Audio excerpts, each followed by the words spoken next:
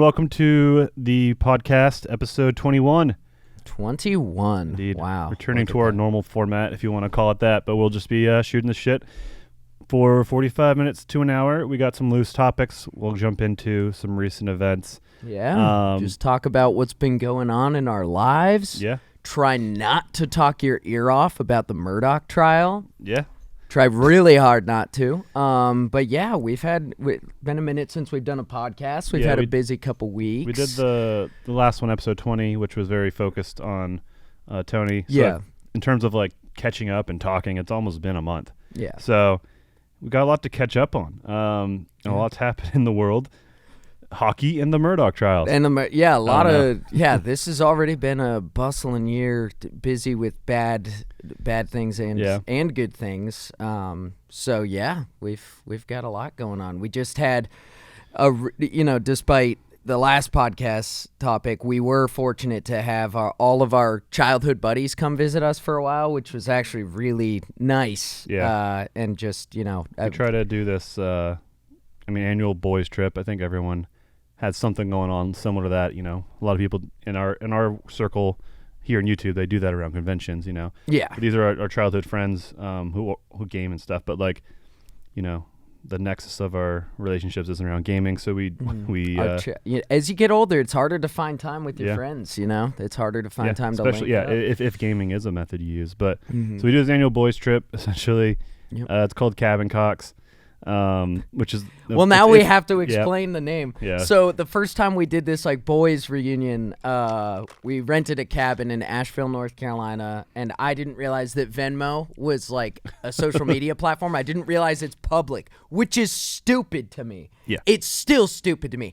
That's I don't give a shit if you lent your boyfriend money to buy you popcorn at the movie theater. I don't give a flying fuck. Sorry. So I commented, I sent the money to our buddy Dave for renting this cabin, and I just said Cabin Cox in the little memo thing, not realizing it was public, again, which is so stupid to me. Sorry, I'm kind of getting on, I'm going to die on this hill that Venmo is stupid.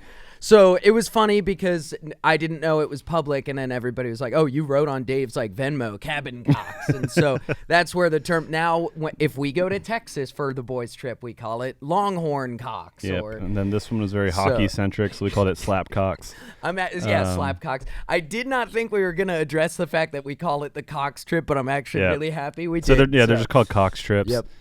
We keep it family friendly here at JT Music Studios. But yeah, it was Venmo, I think the social media aspect was big in its growth, but I think it's a weird functionality. Yeah. In its maturity. It obviously works. There's engagement. People are nosy, I guess. Yeah. People try to be creative with the emojis. I don't know. I hate that. Yeah. I hate it. Sorry, guys. I know I'm getting heated this morning. I hate people trying to get cute with the emojis. And don't get me wrong, I get cute with the emojis too. But I don't know why it pisses me off so much. Probably because you got right away. I guess I got. Yeah. Cabin Cox. Yeah, I make everything private whenever I send on. It just feels. I do now, unless I'm intentionally trying to embarrass a friend. Yeah. It just feels weird. It's like, and maybe I'm here in an American culture. I'm in it, So it's I feel like there's a tackiness to showing what you're doing with your money. Yeah. So and that's what's happening here, and it's usually it's rent and stuff like that. And pizza. But it still is almost that same thing where it's this is weird. I don't know. I don't know. It pisses me off more than it should. I'm aware of that. Yeah, same here. It doesn't piss me off as much as it does him, but to me that tackiness. Every time I open Venmo to do something and I see all these cute little emojis and take that.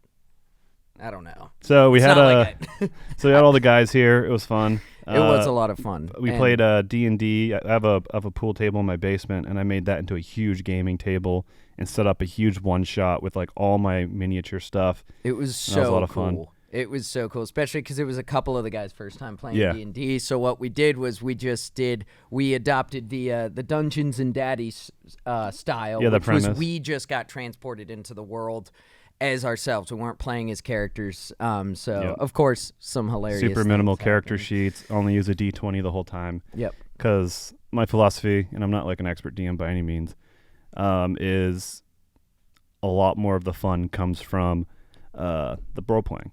Absolutely. And letting the die tell the story. Like, oh, I want to jump over that fence. All right, roll athletics. You fail. Oh, you trip.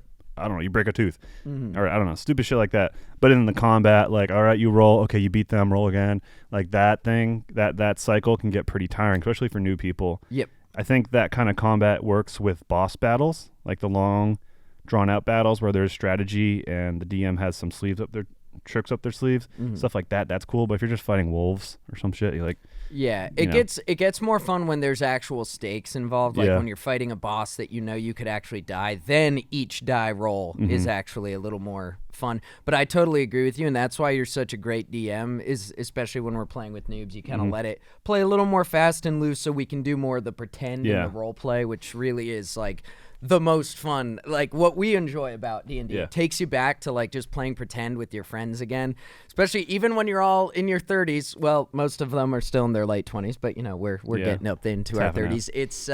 It's fun to rekindle that love for imagination. Yeah, I think that's the fun thing about that group of friends is that we're all childish. Yes, and so it's fun. It's like there's like things will be said or be done, and it's like, what the hell? Like, are we too old for this? Well, yeah, we'll be like, are we but too no, old? And that's not. what I love about it. Yeah. I love that. But we a lot of hockey fans in the group of friends, and we kind of were stalling on an idea for this boys trip, and we chose like, hey, Stalin. Hey. Because not the Russian dictator. Not the Russian dictator, Stalin, because we have a hockey player on our team named Jordan Stahl. Yeah. But we couldn't. Really deep cut reference. Yep. Sorry. We couldn't figure out the idea of the trip. We're like, we have season tickets, and we're like, you know, you guys are hockey fans. Let's just keep it easy. No one has to pay for lodging. Everyone stays at my house. We had this really great weekend. Thank you for doing that. Eight boys at your house. Yeah, 7 boys. And because I live there. Oh, true. Yeah, but still, a lot of schlongs. Yeah, a lot of schlongs. That's one way to look at it. Wreaking havoc on the plumbing. Sorry, I'll stop. Yeah, but yeah. So that was like. It kind of came together in that way, and we surprised them in a sense, or we're going to, with the siren. So like the Hurricanes, like it's a storm themed team or whatever, and so they have an old school hurricane siren. So we got to call in the team like on the jumbotron before the start of every period. They have someone call the siren so that the Hurricanes come in, and so we got to do that. If you follow us on Twitter, we posted it there. It's pretty. And it's pretty the Canes retweeted us. It was really cool. Well, the funny thing is, like a couple games later, it was like kids' night or something. So they have theme nights because there's like 41 home games, and they got to spice it up. There's Star Wars night, there's like NASCAR night, there's Pride night, kids night, for example. It's all sorts of stuff. Star Wars, and and so this was kids night, and it's all the players and coaches' kids were doing it, and they did the same exact kind of like posture and pump up as us, and it was like Christian. And it was the coach's son too. Yeah, which was a lot of fun. Yeah. I mean, I'd seen a couple people do that, but like it was definitely very spot on to ours. Yeah, it was just such a funny like mini us dynamic. That was a lot of fun. It's really cool feeling like what I love, and I think we've talked about this a little bit. It's like it feels like we're part of a community. Yeah. In the because obviously we feel very connected to like our nerdcore internet YouTube communities, but it's cool feeling part of our community here in our hometown in Raleigh too. Going to these games is just so much fun, and there's the whole like Sportsball, which that's a whole tangent we can get into too. But like there is a lot to civic pride through sport and through a sports team, and you know I huge Patriots fan in like New England. Like we were in Maine, which is part of New England. Like that represented us, but like. You know, the Celtics or the Bruins, like they were the de facto New England teams, but it was a little different. And then I've never also lived in the city with a team. Like New England, kind of, there was, like I just explained, is kind of there, but like living in Raleigh, professional sports team in Raleigh, like that whole... We're not far from the arena. It's a really cool... So just that civic pride of your team doing well, these people live here. Like the coach, Rod Brindamore, I did physical therapy with him. In high school, describe his muscles again. His muscles had muscles on them. Like hockey player legs are insane. For anybody who admires the male physique as much as me, whether you're straight or gay, I don't care what your sexuality is. Go do yourself a favor. Go look up Rod Brindamore. Look up his body. it's a spectacle. Yeah. They call him Rod the Bot for a reason. Yeah, he's like, I don't know, he's got to be pushing 50 now, but he's like, he beats the players to the gyms. He's like like he just working out and stuff. Anyways, the point is, such a chill dude. I listened to most of that interview you sent me. He's so like soft spoken, but I can tell that he's the kind of guy if he yells at you, he's not going to yell, but it's going to be more of a disappointed look. That's so much worse than yelling. Anyways, sorry, getting into my fantasies of Rod Brindamore here. But so it's been fun following a team like this. We go to almost every single home game. I watch almost every away game. It's just like it's elevated fandom of a sport and of a sports team and of a particular sport, and it's been a lot of fun. We even did the Stadium Series game, which is where they play hockey outside, which is really cool. Classic. Yep, and that was magical. That was like 60,000 people in the stadium right next to where the Hurricanes play. Dude, it was incredible. It was 60,000 people, but it still felt like an outdoor kind of like thrown together event. Like it still had this hometown kind of feel to it, which is the point of the Winter Classic, is to take us back to like the joy of hockey, playing pond hockey outside in the winter, scraping together some stuff. They usually have some sort of traditional classic jerseys on. And even though there were 60,000 people, it was this huge, beautiful event with fireworks and stuff. It still had this kind of, I don't know, local pride feel. Yeah, and it was very Raleigh, very so cool. It was on the college. There's a college. The stadium next door is the college football stadium, so it was very collegiate. And I was losing my voice screaming and having a good time. Yeah, we got a little chirpy with some Caps fans. Yeah, there was playfully. There were some fans in front of us who were like annoying standing. Like in hockey, you just sit. Yeah. And then you stand at the right times. I don't know. It's like this it's just etiquette, I guess. Like we're at these nice comfy seats, we'll sit.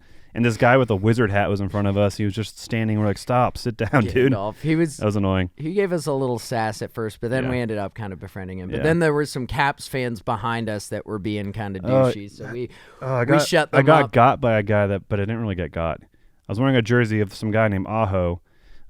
Sebastian Aho. And this guy's like, Aho. And I turn him and he's like, is that a Sebastian Aho jersey? I was like, yeah. He's like, nice, dude. And you like reached his hand out to shake mine. And he's like, I'm a Caps fan. Or he's like, so it was like, such a shitty setup. And like, he's like, I got you. I was like, what did you do? I think he got you in his head. He got you because he got me excited. Hand. Yeah. I think he got me excited. Like, oh, fellow fan. Shook my hand. He was like, I'm not actual. I don't know. It was stupid. Oh, that's like a dumb get. Like, I'm going to get you hyped up, but then be like, I'm a Caps fan. It's like, cool. I'm still hyped up about my boy Sebastian Aho, who is about to kick your ass. Nothing better than mad sports fans. I love it. Yeah. And the Canes destroyed them. So like, fuck that guy. He was fine ultimately, but like, yeah, it wasn't like serious chirping. No. Luckily, we haven't experienced much like serious sports chirping or fighting. The worst one was a Pittsburgh Penguins fan. Yep. The Penguins were up like 2. They scored a goal. They were up 2-0. And I know this isn't great for our JT audience, but this is who we are. This is something we're into. And so this Penguins fan, old like guy, turns around, looks up the crowd, and is like clapping smugly in everyone's face. And we're like, all right, just you wait. And the Canes came back. Yep, we knew they would. Yeah. And so me and our buddy ran down, not John, it was our other buddy. I had to like cringe and not watch. It was pretty cringy. We ran down because the guy was in front of us, so we ran a couple rows down in the stairwell and just stood where we could see him and just clapped with smug looks on our faces. Nothing that bad. And the dude looked at us and he didn't like smile or laugh. He was kind of annoyed, but he also had this look of like, yeah, I know, I walked into that one. It was like kind of accepting defeat. But it was a fun, again, like kind of playful little, like, antagonizing. And then they won. They won. Yep. That's good. That's always there's some like galvanizing games like that, and they have a bunch of those. There's a game where we go to a lot of these too, so I'm not like outing ourselves as like not good fans, but like the other team scored an empty netter middle of the week. We're like, all right, this is like the middle of the season. It's dragging on. Like let's just go. And we do that sometimes because we do have the luxury of going to so many games. Yeah. We might leave a minute early. So this game, it looked like they were gonna lose. So in hockey, typically you can pull your goalie and you get an extra skater, but it's a gamble because your net's empty. But it's a high risk high Potentially reward. high reward. And so, but you leave your goal empty. The other team scored, so we're desperately trying to score a goal. They score a goal, so our odds just go, whoop, Yep. Dip. I'm like, all right, well, Let's leave. nice try. So we walk up, and as soon as we get to the top of the concourse, we hear, "Wah!" And which is the goal siren for the Canes. And they scored. You were the one who was like, wait, let's look, because I was still ready to bounce. Yeah, I had a sixth sense because they had about a minute 30 to score and tie the game, and so we watched. Like in hockey, again, since there's like all etiquette about standing and all this stuff, you can't get to your seat until there's a break. So we watched from the top of the concourse, like through the tunnel, and we watched the game, and then they tied it. So and when they tied it, it felt like, and I'm sure you felt the same, it felt like they're not going to lose. No. It felt like this momentum, they're not going to lose. Sure, the chance is there, but I just like felt it like they're not going to lose. Yeah, but the jubilee and the excitement and the camaraderie, like we went down, everyone in the concourse that was like that changed their mind like us. Yeah, we all rushed back to our seats and we're all like high-fiving the fans who stayed. And I don't feel bad for almost leaving. It happens in sports games. Your team looks like their imminent loss is at hand, so you leave. But all the fans welcomed us back in. Like everyone was like, "Come on back." So it was I don't regret it, and it honestly adds to the story that we were about to leave and they just brought us back in. Yeah. Marty Natchez said, "Hey, John and Christian, what are you doing? Get back in here." You weren't patiently waiting. We love Marty Natchez. Yeah. So beautiful boy. He's my son. We love the Hurricanes. It's been a fun thing since we've moved here. It's a highlight of of living here for us. We still have to make a Canes wrap. Yeah. Which we've been toying with the idea. And we've got a good connection with our season ticket guys, so we could maybe make it a community song. That'd be fun. But no, we love the Canes. Yeah, it's a lot of fun. The intimacy is cool with the professional sport. Hockey is just cool. It's like there's a lot of action to it. There's hitting, there's fighting, there's like fast shots, there's finesse to it. There's all these different things. That I think makes it better than a lot of other sports. The players, there's like a love of the game from what I've seen of all these professional sports, and hockey has the most love of the game. Yeah. The most I'll die for my teammate kind of thing. Yeah. These guys are playing with broken backs sometimes and losing teeth. And I don't know, it's just so much easier to get behind that. And they're also some of the lowest paid athletes of the big four. So it's I don't know. It just creates a better product. And I think football, the NFL, the most popular sport is a broken game. The penalties are broken. I think it's too slow. And I was watching one of the new leagues, the XFL, and then there's another one, the USFL, and I'm watching this, and it's okay, I don't know who these players are really, and I'm just watching the game and watching the sport of football. I'm like, this, I don't know. In hindsight, this is kind of dumb. I like the Patriots. We'll never miss a Patriots game. I'm a diehard Patriots fan, but the game of football is very hard for me to enjoy. Yeah. Right now, and it's probably a lot to do with hockey, but I was starting to get pretty jaded. I mean, I've been watching that sport for 25 years, so I know the ins and outs and the strategy of it. I'm not a layman, but and with that said, with not being a layman, I'm it's getting old for me. So hockey's been fun. That's interesting when you're watching these teams where you don't know the players and you don't have stakes either because of fantasy or it's your home team. You're just you're watching the bored. sport. You're just no, I feel that. I mean, I'm sure I've talked about it on this podcast before. I've never been the biggest sports guy, but I've always liked hockey just because for the reasons you just said. It's always kind of intrigued me as the most, I think probably involves, I know every sport involves athleticism, but I think hockey arguably might take the most athleticism. It's also cool. They move so fast because they're on blades on ice, which it's so cool to watch them skate. Watching people skate, watching Marty Natchez and Andrei Svechnikov just carve it up effortlessly. It's so cool just watching that alone. Then you put a stick in their hand. You have them make them hit this little puck into a net. There's so much, and you throw fighting in there. Yeah. It just involves so many different layers of athleticism, and it's so fast paced and so sick to watch. But I think hopefully it grows. It's obviously not like a scrub, it's the NHL has been around, but it is the smaller 4th, 5th, 6th biggest league. Yeah. And I think it, if people gave it more of an effort to watch, or not, it's not the right phrasing. If people just, I don't know, if there was like some way for you to watch a hockey game, I really recommend you do it.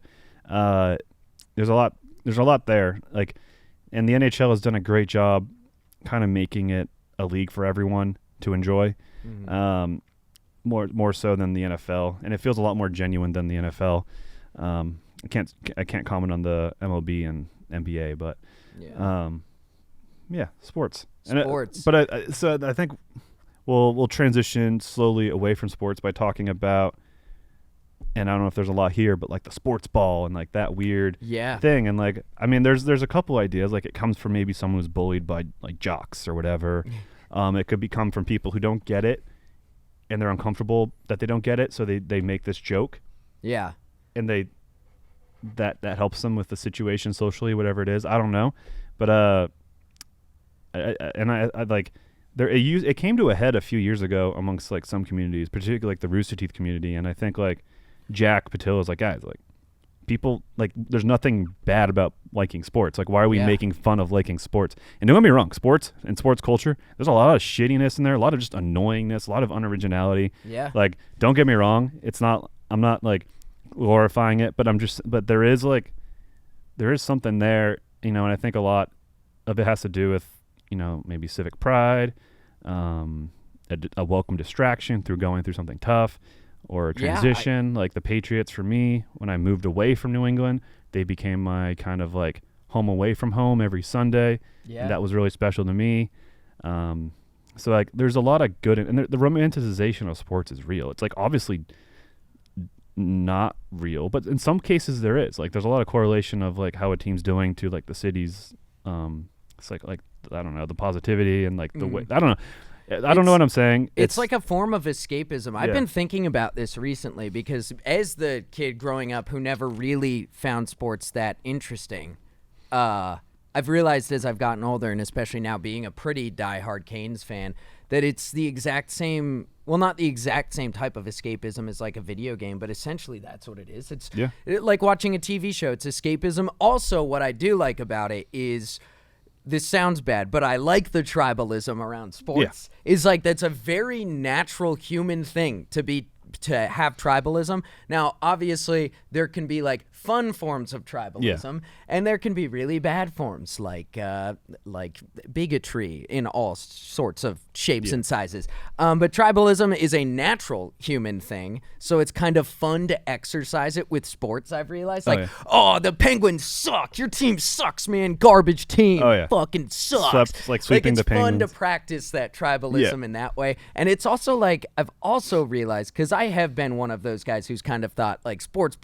don't matter, who cares? But it's like modern day gladiator fights. It's a way of keeping our physical skills honed and sharpened, which is important. We don't want to become like the fat blobs in Wall-E. So like sports are in general, and obviously at a professional level, are like this fun kind of gladiatorial event, but sports in general are also just a way for us to keep our physical skills honed. It's like mini warfare. Well, so it's cool thinking war. about it. Yeah, it's simulated war. So when I think about it on that level, that like, dude, this isn't just a football game. This is the modern day gladiator event. Let's go. That makes it a lot cooler. Like, sports are important. We need them. Always.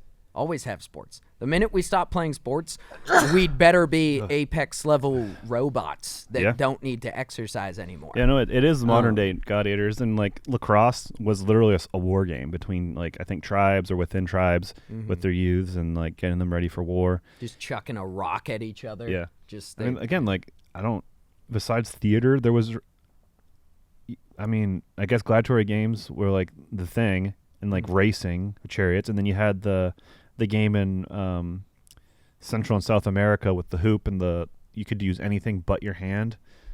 Oh, you know, I think I've seen. There's there's literally like a court in like a lot of like ruins of these courts in like Mexico and I think Northern South America. But what, it's like basketball with your feet? It's like I think you can use anything besides your hands, so you can like elbow, shoulder, head, knee, kick, and it's like a hoop that it's like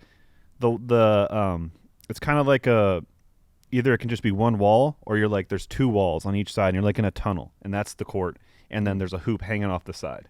Okay. And sometimes the floor leading up to the hoop is like at an angle too. So I don't know if you can run up on that. I don't know. Interesting. It's in some movie recently. Maybe the El Dorado movie, like the animated movie, like in the early 2000s. I don't know.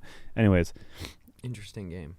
It is fun to watch. But it's I think it is fair to think sports are dumb. But I think I just maybe if it's just angst and just purely judgmental and like based in like how someone who is athletic or sporty treated you, or like I don't know, that's a weird thing, but like it doesn't mean it's all bad. Doesn't mean they're bad people. There's a lot of good in there, and I think also like if it's not for you, it's not for you. But I do think there's really no reason to knock anything that you don't know. Like even like I don't know, anything that I don't understand. Like furries, it was like younger, like that's weird. But then like as you get up, it's like no, these people are having fun. They're doing what they love. Mm-hmm. They're really cool people. It's just what they enjoy doing. I have weird things that people think are weird, and it's like as long as it's making someone happy, then there's no reason to feel so aggressive towards it. And I think I just like seeing people passionate. Sorry, what were you gonna say? No, I mean that's I just love seeing people passionate about stuff. Yeah. But what has gotten me to get more of an appreciation for sports is lifting weights, because bodybuilding, I've come to realize. Like I've known this since I've been lifting weights that you can sculpt your body, but as I've gotten older, I really appreciate the fact that like bodybuilding is an art form with your own body. You're literally using your body as like a palette or as like a canvas. You're sculpting and the muscle. sculpting, and that's so cool. And sports are the same exact thing. It's a celebration of the human physique, just like bodybuilding is. Yeah. You guys know I love my male physiques. I love the ladies too. I am a cisgender, straight, hetero man, but it's a guy who likes to hit the weights. When I see a guy with nice rhomboids, do you say straight, cisgender, hetero man? I was trying to wait. Maybe I said too many of the things. You just said hetero and straight. I'm trying to say I'm a straight guy, but I appreciate the male physique. Yeah. But because I know how hard it is to get stacked like that. But yeah, that's given me more of an appreciation for like sports as just a celebration of what the human body can do. And it's like, again, it's like the same thing as like theater, and the arts are a form of escapism, I guess, in a cerebral sense. You get it in a physical sense with sports and like lifting weights. And I mean, just generally, if you're like, that's a whole separate thing of just being healthy, and lifting weights is like improves energy, improves mood, like all these different things. But of course, sleep. So it's like it helps a lot. It's very good for a lot of other more tangible reasons too, I'd say. That's nothing new. Once we transfer all of our consciousness into the super robots, then we won't need sports anymore, and we can make fun of sports. Yeah. No, because even then we'll be like, who's the fastest robot?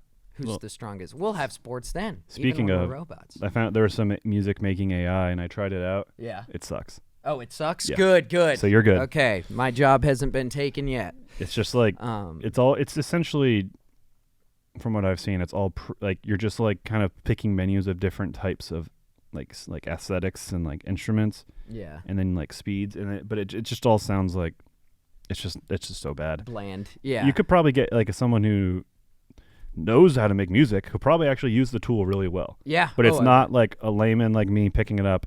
I'm not instantly elevated or anything like, and it's not anything, whatever I could do with it, I would not use in anything. And I would rather just like, maybe if I were to invest time in how to do it for real instead of how to do it for not real, if that makes sense. I think so. Like I wouldn't like try to figure out how to maximize this AI. Yes, I know what you mean. Like that just feels like time wasted. Time like wasted if I was as opposed to actually learning how to just make a beat or whatever. Yeah. And again, I guess. So then another transition from this kind of, there's like a line of thought, but like fandoms, like this whole like idea of fandoms. There seems to be like, it seems to be what ruins things. It's like what uplifts things. I'm talking more in the indie and gaming and pop culture world of fandoms. It elevates these things and then it ruins them. Yeah. And it's like, what is a fandom? And like I'm a passionate person who has like fixation, and I'll go and bury myself into this thing, whatever this may be. Yeah. Like pop culture, hobby, whatever. but in terms of pop culture, like, but I've never, as far like with my fixation, I don't like have it define my personality, and B, feel bitter about it and shit on it and tell people not to like it when I'm over it. Yeah. You know what, dude? Which is weird. Like it's so silly, and maybe it's a lot of children. I don't know. You know what I'm gonna say? I'm gonna shit on our generation. I think it's a millennial thing. Really? I think it's. I think specifically with that type of fandom you're talking about. I think Gen Z does it too. I think for sure.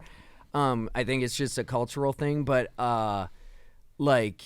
Just thinking about right now working on a new FNAF song. I think we've talked about it on here. We're gonna do like a No, I don't even think we've talked about it on Patreon. Well, maybe I should keep it. I'll keep it under wraps. But we're working on a new FNAF project, kind of trying to go back to our roots, but also reinvent a little bit and try something. Going back to the roots of our FNAF, but also trying something new. It's fun. It's going to be a cool project. I'm really excited for it. But anyways, going back into the lore, diving into the lore, going through all the old game theory MatPat videos has been really fun. Going back to like what drew us to FNAF in the first place. Because as we've talked about publicly many times, like when FNAF first came out, we didn't just jump on that bandwagon to like get the views. Like, of course that was part of it. It was like, oh, this is popular, but we loved it. We loved everything about it, just like 99% of content creators did. Yeah, I mean, I think it definitely hit. We were like the generation that grew up with that shit. Yeah, exactly. So even if like it's not a stretch, like we liked that. Like, that was that. cool. It got and maybe ruined by fandom, but I don't know if to your part. But like, I think the fandom, when you think about it, you know, like it was like all these like millennials who grew up with Chuck E. Cheese, Playtime Pizza, or whatever it's called. Yeah. You know, but then it became this thing that was popular, and then kids latched onto it because it was like kids Goosebumps. Yeah. And then so then I think that's I don't know what to discern. What I was gonna say about Sorry, millennials. Sorry, I got derailed a little bit there. Going back into FNAF stuff, millennials I feel just need to explain the lore. All the lore in anything. Lord of the Rings, FNAF, Game of Thrones, we need the lore. We are a lore-built generation. Look at what I do for a living. Build songs out of lore, which I love, and it's cool. I'm not like totally just shitting on my generation. I could be wrong here. This could be a total anecdotal experience, like missing the mark. But I feel like millennials just in general love nostalgia, love expounding upon lore, and sometimes that can ruin it. That was kind of the point I was going to get to. That's one big thing that happened for me with FNAF. And sure, you can blame the community, you can blame Scott Cawthon, you could blame MatPat if you want, but like the lore, it got so over-explained, and this was not just MatPat's fault, obviously. He was trying to make it, you know, I love all the game theory FNAF videos, but the lore just got so over-explained that it lost some of its magic. And I just think that's I don't know. I think that's a millennial cultural thing, just like having to over-explain the lore of everything or get the reason for everything. I think there's a correlation with like fandom. I love this thing so much. There's a finite amount of stuff here.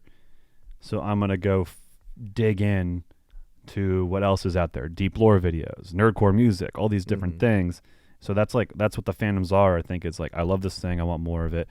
And then there's a community of creators also, with like art, fan art, all this different types of stuff. And so like it makes sense. Like again, that's like why so you said nerdcore music exists. Like it's a value add essentially. Yeah. And that's what MatPat is he's a value add. That's what these lore videos adds to this thing that people like. And but again, like that's all good, but like why are fandoms toxic? Why do they become toxic? Why are people so like, oh, I used to be a part of that fan? Like, that's the part that I don't get. I think that's, to be frank, dumb. I don't get it.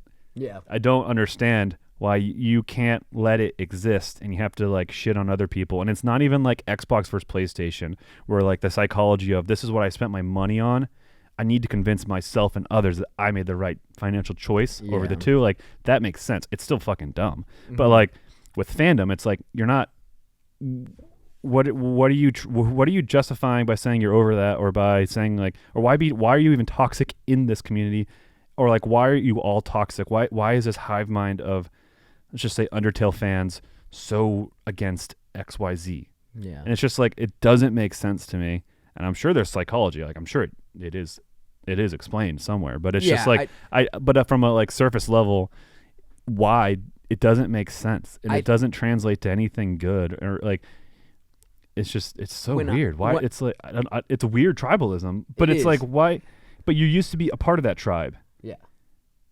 I think it's the same effect of like why dudes mansplain, and hey, guess what? Girls can mansplain too. Let's not let the dudes all be stuck with mansplaining. It can be over explaining stuff. It's the same phenomenon of why dudes or anyone mansplains. It's because you like to feel smart. You like to feel like you got it right. So like seeing in FNAF comments people being like, "No, William Afton, blah blah blah." It's because they love their lore. They love this community, but now there's more people coming in. It's growing. It's growing. I got to show them that I've been here the longest. I got to show them that I know what's really going on. That's true. Which results in gatekeeping and infighting. So I think it all just comes back to that kind of tribalism, but wanting to feel like you were there first, wanting to... I mean, hey, that's why I said that when we started talking about FNAF, I was like, hey, when it first came out, we actually liked it. Yeah. I'm even trying to be like, we were there first. But that's more of a coming from like a non-shilly like trying not to say we only made songs about it to sell out. But to your point, it's still I think it comes around. It just all comes back to that kind of tribalism. Humans, dude. Humans. Silly creatures. I mean, even like I don't want to, I guess the guy with the initials AT, Andrew Taint, like I don't pay attention to him, but I saw some of the tweets, and this guy is so ridiculous and toxic and dumb. And this is separate. I guess this is just humans. The transition that got me here was you saying humans. But like that people believe that and that feel that way. Obviously a lot of young frustrated males, and it's just like it's just so I don't get it.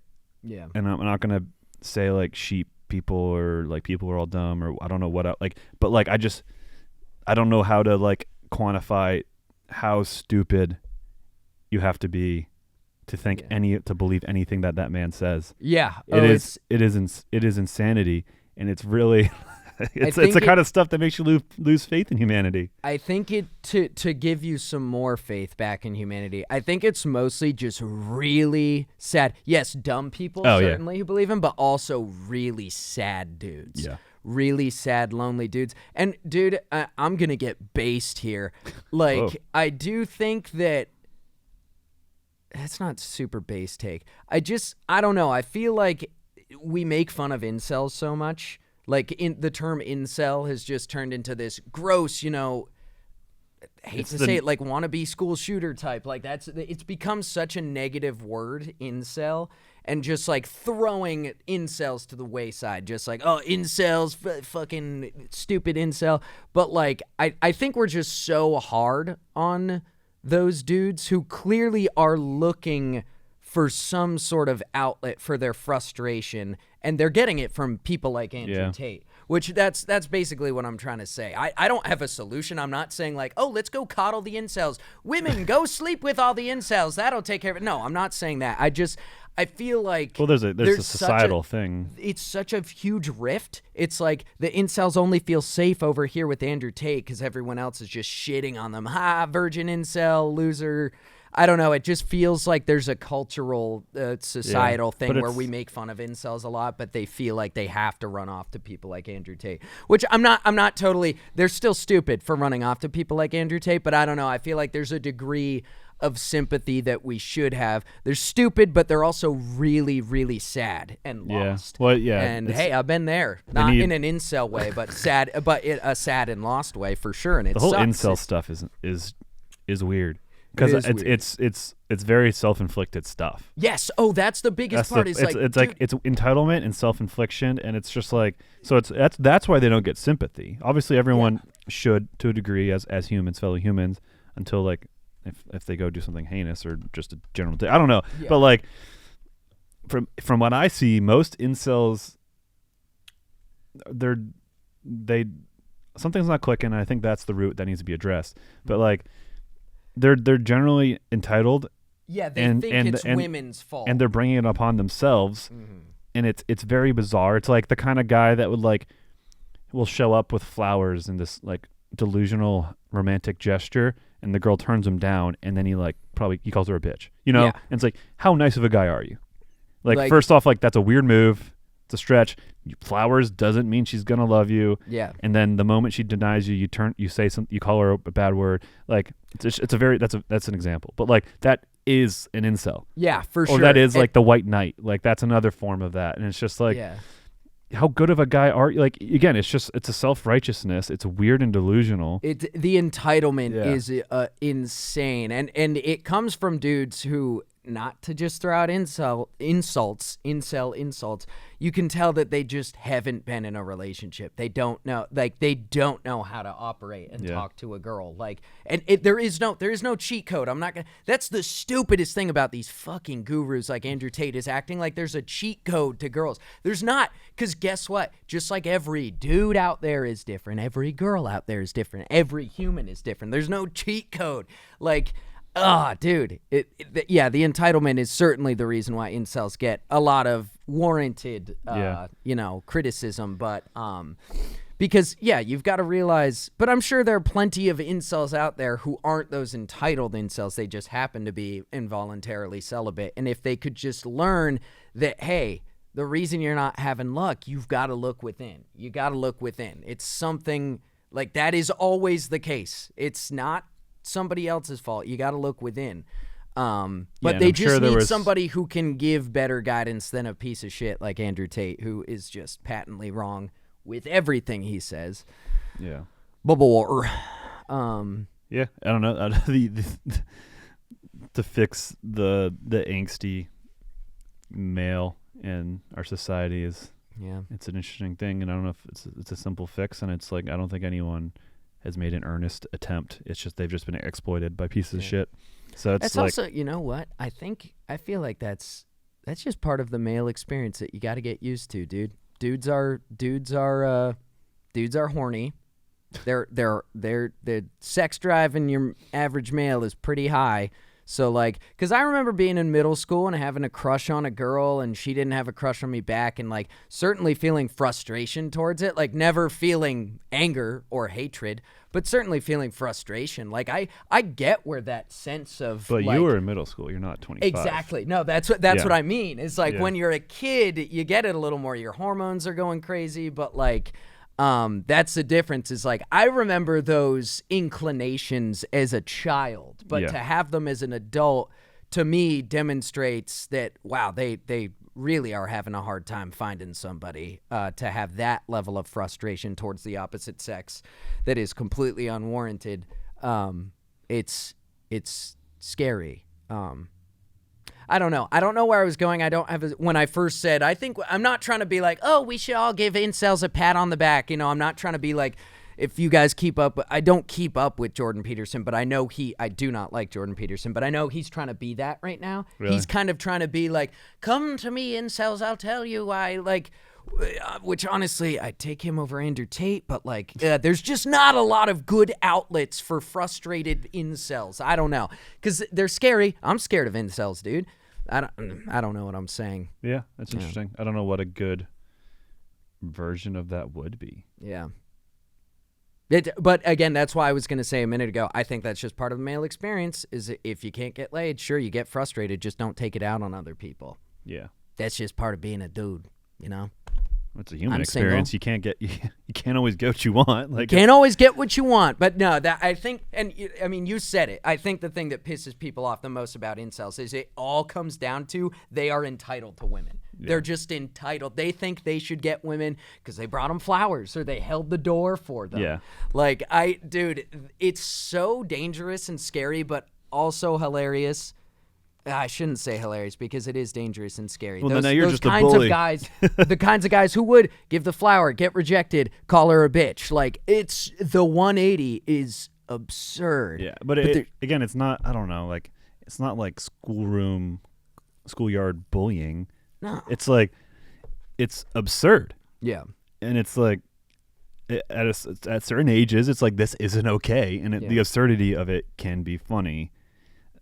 To an extent, like obviously variables and everything can be up in the air, but like And again, I don't see anyone earnestly wanting to help them in mass.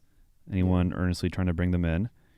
And again, not all incels are remotely bad people or have done anything, committed anything bad. It's just like, and maybe going so hard on this label, is propagating the issue. But it's just maybe like the label itself is. Yeah, I mean, anything typecasting instantly, Yeah.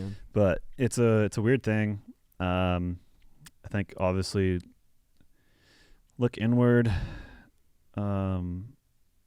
be patient, and don't be entitled. I don't know. Yeah.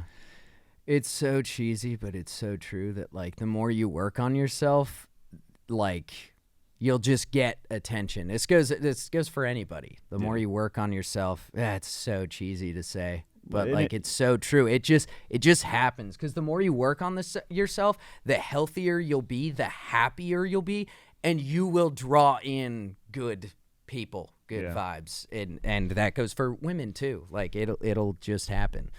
It goes for everyone. So it goes for everybody. Yeah. We're gonna start helping the incels. We'll be the. If there was a playbook, I would do it, but I don't know what that looks like. Like, because what those bad guys are doing is like, that makes a lot of sense, and that's why that's really effective, dude. And you know what else is even shittier about Andrew Tate? Like, he's not actually trying to help these guys. Yeah, he's just sucking their money. He's not even actually trying to. It would be one thing if Andrew Tate was a huge douchebag, huge misogynist, huge piece of shit, but was actually trying to help incels. Sure, that would still be patently horrible because he'd be trying to help them in a bad way. But he's not. I guarantee if you get down to his core, what he's actually doing, he is eliminating dudes from the dating pool. He is telling them the worst advice ever, or the advice that would only work for him with a specific type of girl. And he's just trying to ruin all men's chances of ever getting laid. If he's as delusional as he's posting, which I don't think, I think he's more devious. Yeah, I could believe that.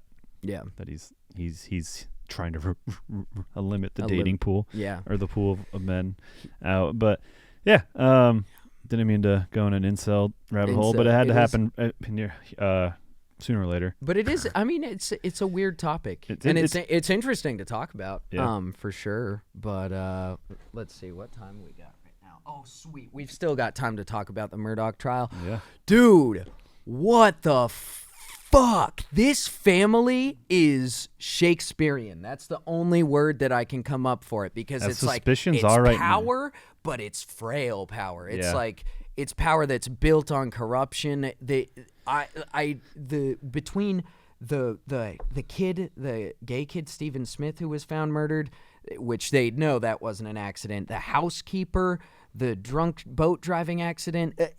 And then obviously the murders that are in the headlines right now. I can't believe this shit is real. Yeah, as everything stands suspicion wise, and there's a couple convictions. Like they all have killed someone. Yeah. They're four primary, the mom, dad, and two sons. Because they think the mom potentially killed the housemaid. Yeah, it's bonkers. And it shows, I mean, I think the HBO documentary, which I just watched, I think that was the best one. Okay. I watched that because I've seen the Netflix one. Yeah. They're both, like, fascinating, but I feel like the HBO one, at least in the intro, does a better job of setting up this feel that, like, when you're in a small town, it creates big fish effect, which was huge with this family. Because it's weird when you're watching the documentary, sometimes I have to step back outside and remember, oh, this all happened right within Hampton, South Carolina. Yeah. It's like such a tight little community that like they literally were like monarchs in this community. Maybe not in the country, but like within this community had so much power that they were able to get away with all this wild stuff. It's crazy and scary to think that those families exist all over the place. And obviously they exist at higher levels. I love that they weren't that good or as smart as they thought they were. Yeah. Like they were maybe the smartest and they had the power in that stuff, and that got away from them where they realized, well, they didn't realize, they just ended up like when the FBI and like state police and things that they couldn't control, people outside of their community who probably were smarter than them come in, it's like their shit fell apart very fast. Oh yeah, and that's like the not about the tragedy and the things that got away, but that's kind of hilarious, like how much power and how probably arrogant they were and how much like big fish they thought they were, and it's like, you guys are just fucking turds in reality. And I'm not saying the people of Hampton are like, I'm just saying like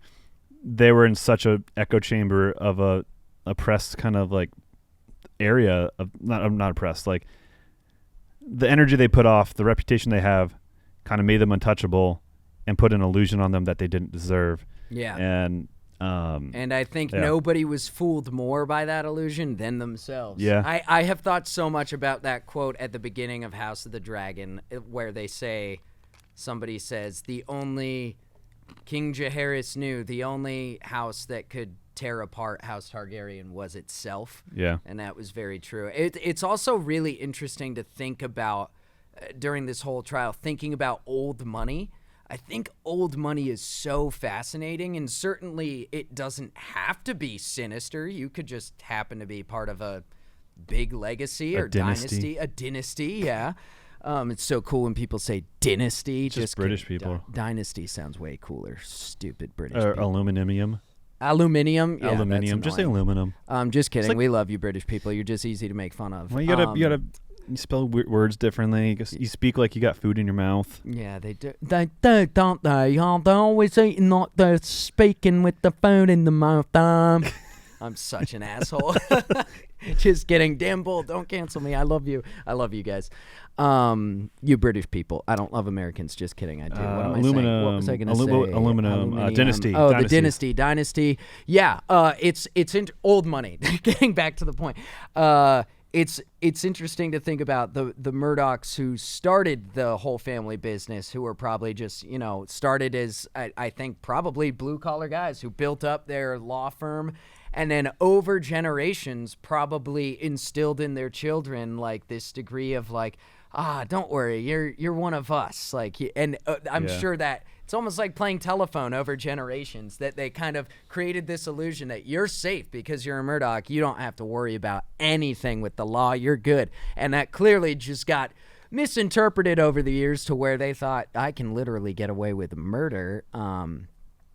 The things that they said that these guys would sit, like the grandfather and Alec and then the brother, like to people to like try and clean up the scene or like trying to get stories straight. It's out of a Hallmark movie, or it's like super or out of shitty. a Lifetime, not a Hallmark movie. It's like super cheesy and like, this is real. Yeah, and it's like the power and influence and like to a degree maybe they thought they were badass.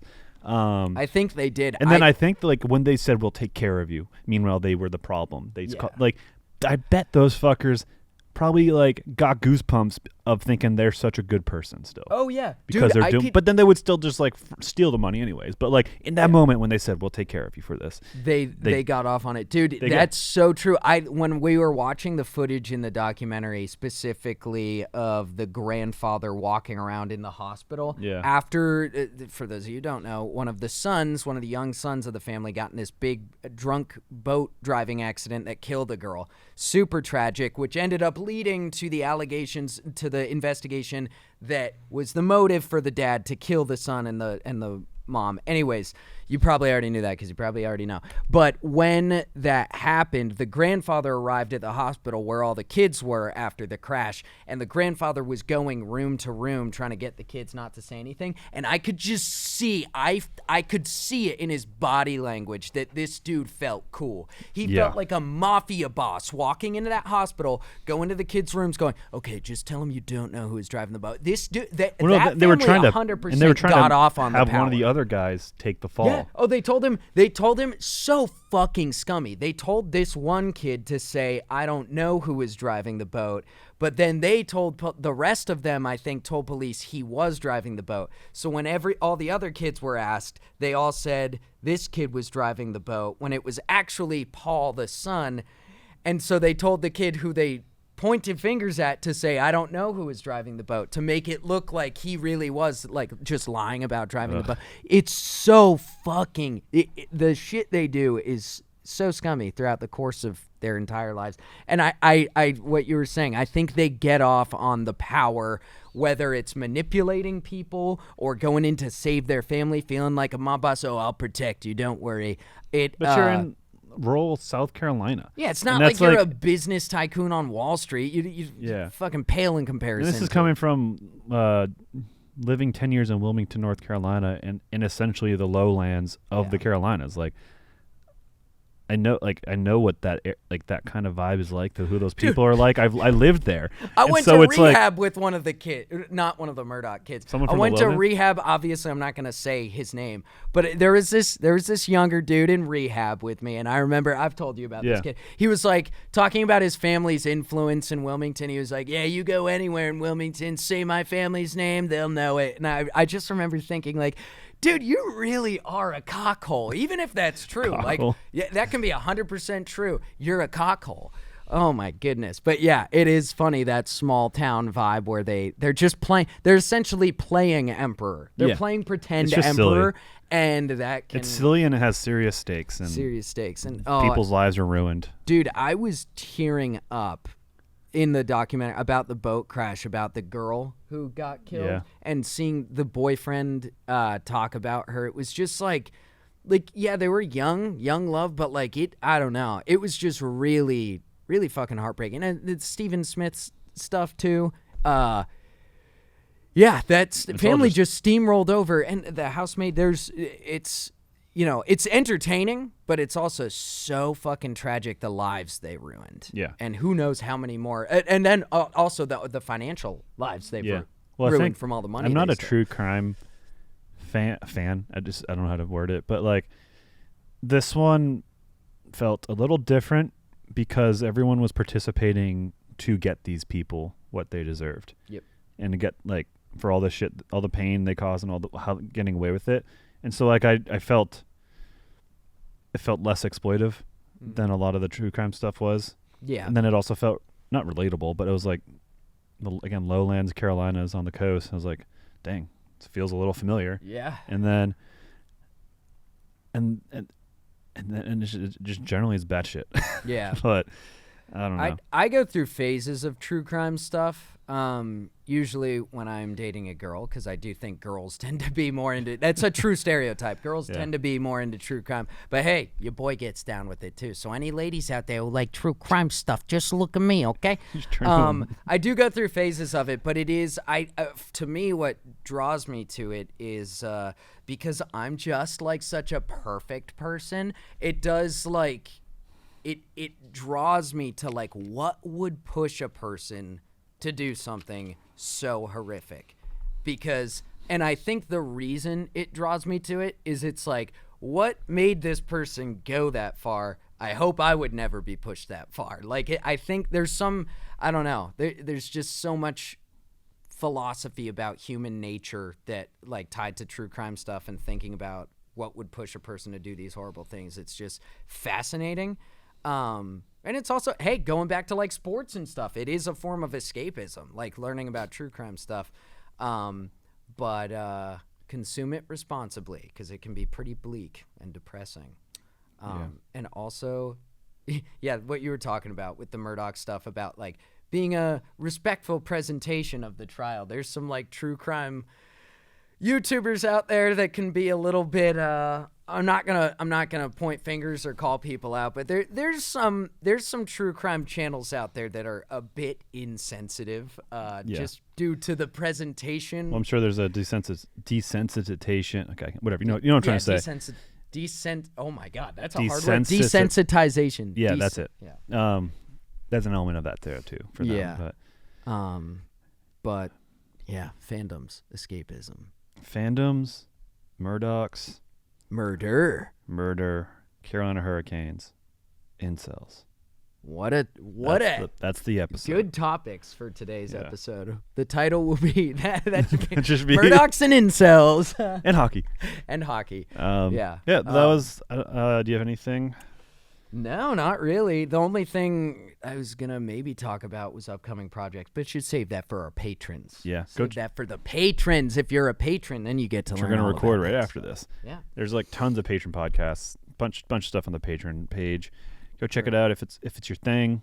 Get behind the scenes. Get first word on everything. All that kind of fun stuff. Yeah. I guess general housekeeping while I've introduced the idea. NPC.